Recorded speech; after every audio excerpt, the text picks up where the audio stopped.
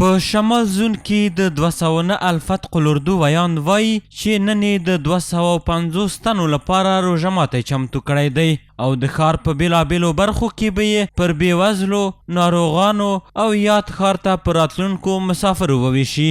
همدارنګه د دغې قلردو یو شمېر سرتیري هم خلکو ته په هر ډول شرایطو کې د خدمت کولو ډاډ ورکوي او وایي چې د دوی د خدمت کولو په موخه به هیڅ راز هلې ځلې ونه سپموي.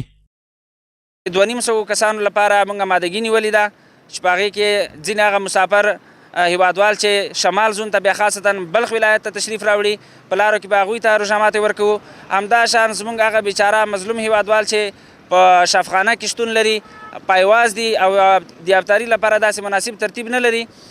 دریم قدم کې هغه بیچاره هیوادوال چې په بازار کې د اړیکې وي ریړه چلوي ګاډۍ چلوي بیچاره او مظلوم هیوادوال دي د هغوی لاسنیوی به کوو.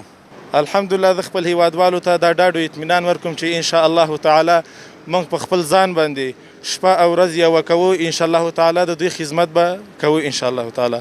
هیوادوالو ته ان شاء الله دغسې ډاډ ورکوو چې د الله په رضا سره اول د الله په ساتنه دویم موږ خپله ځانونه د دوی ته سپر ګرځوو د دوی خدمت به کوو. بلخوا په مزار شریف ښار کې یو شمېر بېوزله خلکو او ناروغانو بیا د 209 الفت قلردو له دغه نیک اقدام څخه خوښي څرګنده کړه او د اسلامي امارت د نظام د بقا لپاره یې لاسونه لاپه کړل.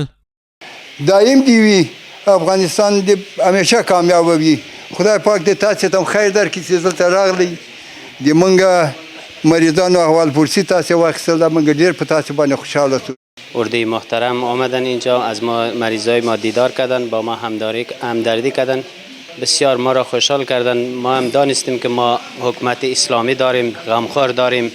دا په داسې حال کې ده چې څه موده وړاندې هم په شمال زون کې د 209 الفت قلردو منصوبینو هیواد ته د راغلو کډوالو سره د خوراکي توکو مرسته کړې وه.